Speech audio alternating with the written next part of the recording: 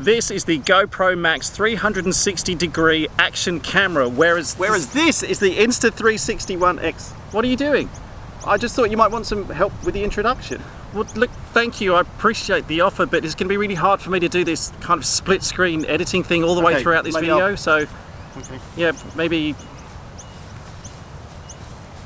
GoPro Max, Insta360 One X, but which is better?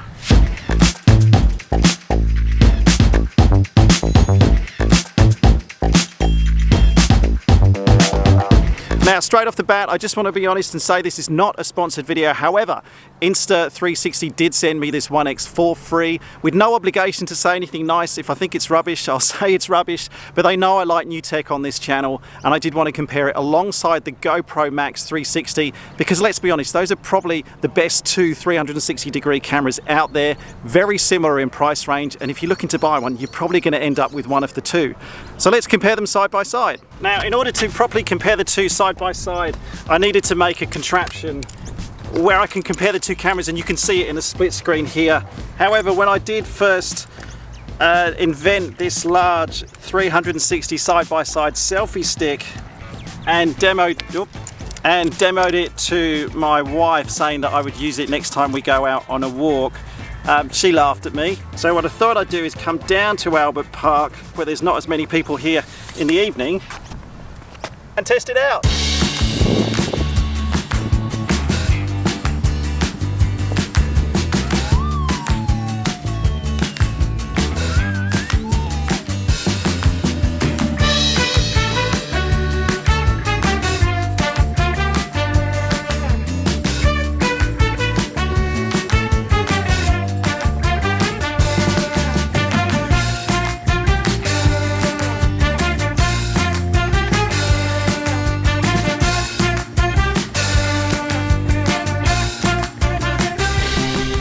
You can use these cameras for, of course, is vlogging. If you want to, you can just use them as a normal camera. So I'm going to walk from the sunshine into the shadows so you can see how the light changes.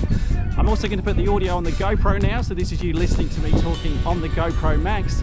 And this is the audio on the Insta360. There's a fair bit of wind tonight as well, so you can see how that wind noise is affected on both cameras. Now remember, both these cameras export at 5.6K, which you can then downres to 4K for your 360 degree videos using the software.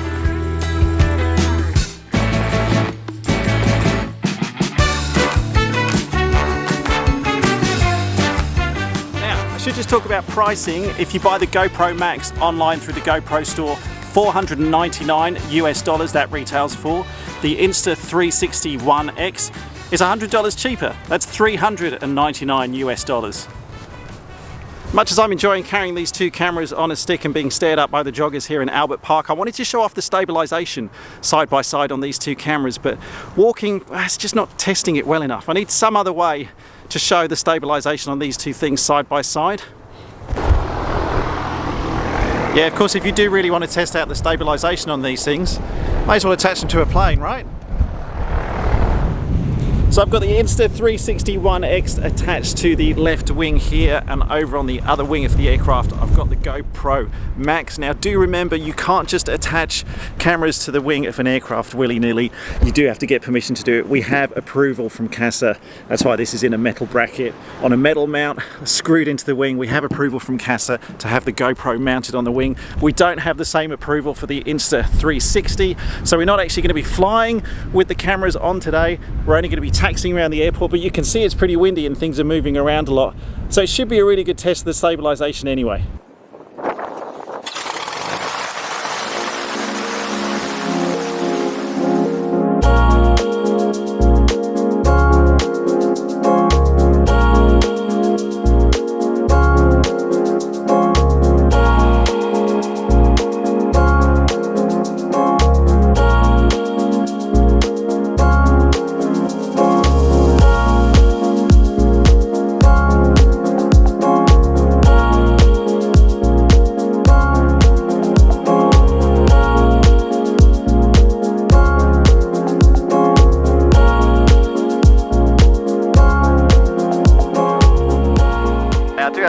decision on which of these two cameras to take with me on the round the world trip, the GoPro Max versus the Insta360 One X. There's one big consideration, I think, and one big difference between the two if you are thinking of attaching them to the wing of your aircraft, and that is the Insta360 is a lot taller than the GoPro Max. What that means is there's more of it sticking up into the airflow as you're flying along, and therefore there's more pressure being placed along against the camera when you're flying through the air, and that could have an implication when it comes to the attachment on the wing, because the more pressure on the side of the camera means there's more pressure on that attachment. I often think it's very good when you've got a camera attached to a plane to make sure that it's still attached when you land, and that's why we've got the GoPro Max in a metal bracket with a metal connector on a metal plate that's screwed into the wing, and that's all approved by CASA to actually use that. It's a very solid structure.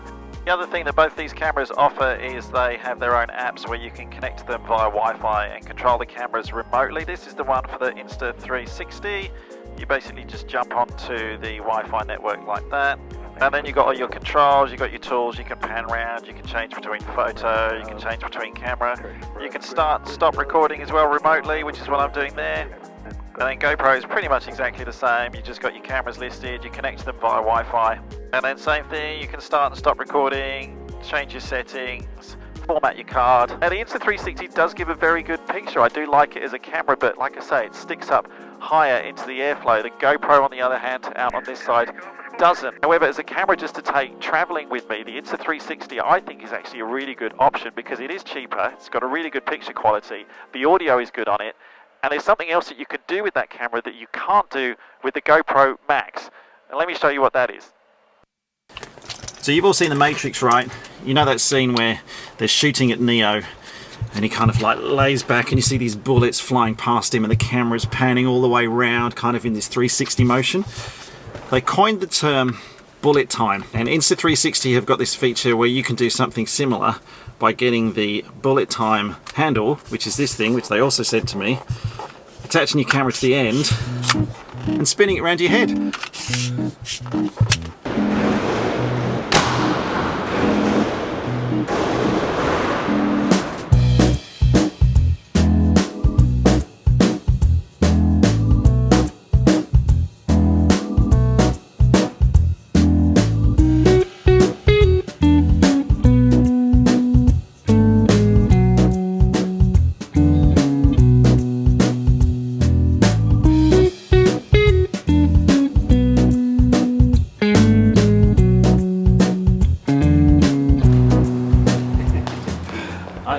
How that's going to look. You know, before I shot all the footage and made this video, I was thinking that the conclusion was going to be the GoPro is the better camera. I was just expecting it to be so, but having played around with the Insta360 One X a little bit more, I have to say I'm really impressed. To sum it all up, let's just look at a few key factors, the things that I think you need to focus on most when you're looking at, you know, which of these two cameras you might want to buy. First of all, picture quality. Now both shoot 5.6K resolution 360 degree video, which you can then down-res to 4K, export into your vlogs, videos, whatever you want. But I've got to say, side by side, the picture quality, I was expecting the GoPro to be a lot better, but the Insta360 is as good, if not even slightly better from what I've seen, just in terms of the raw camera footage that comes off the camera when you take it straight out the box.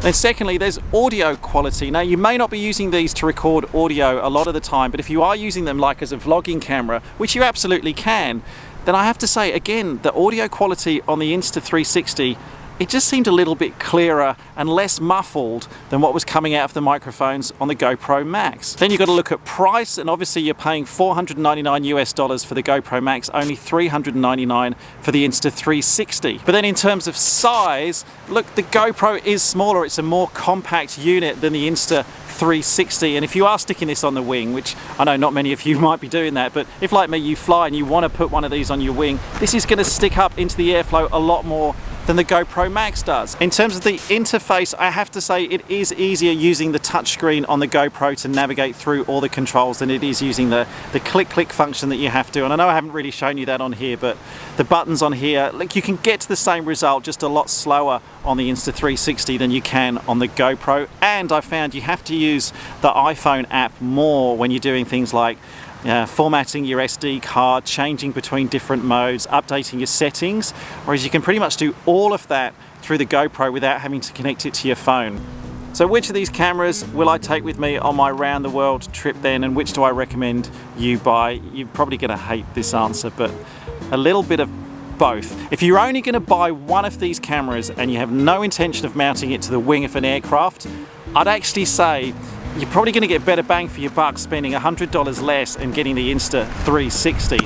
However, if like me you are planning to mount this externally on something, a moving vehicle, motorcycle, airplane, whatever it is, the GoPro Max to me feels a lot sturdier, it's a lot smaller, it's a neater package, and it's a little bit easier to use, I find. And if you don't mind spending the extra $100, then the GoPro Max is probably the one to go for. What I'm going to be doing is, because both of these are pretty small to be honest, and they're both pretty light, I'm going to be putting this on the wing of the aircraft, but I'm going to use this camera a lot when I'm traveling, just taking it with me, sticking it in my pocket, and if I want to have access to a 360-degree camera quickly, I can just whip it out, press a couple of buttons, and yeah, hopefully get some interesting shots with it. I've made a playlist up here of some of the other tech videos I've got on the channel. If you're a pilot or if you just love to travel, check some of those out. Otherwise, if you're new to the channel and you haven't already, do consider clicking on subscribe. But thanks as always for watching.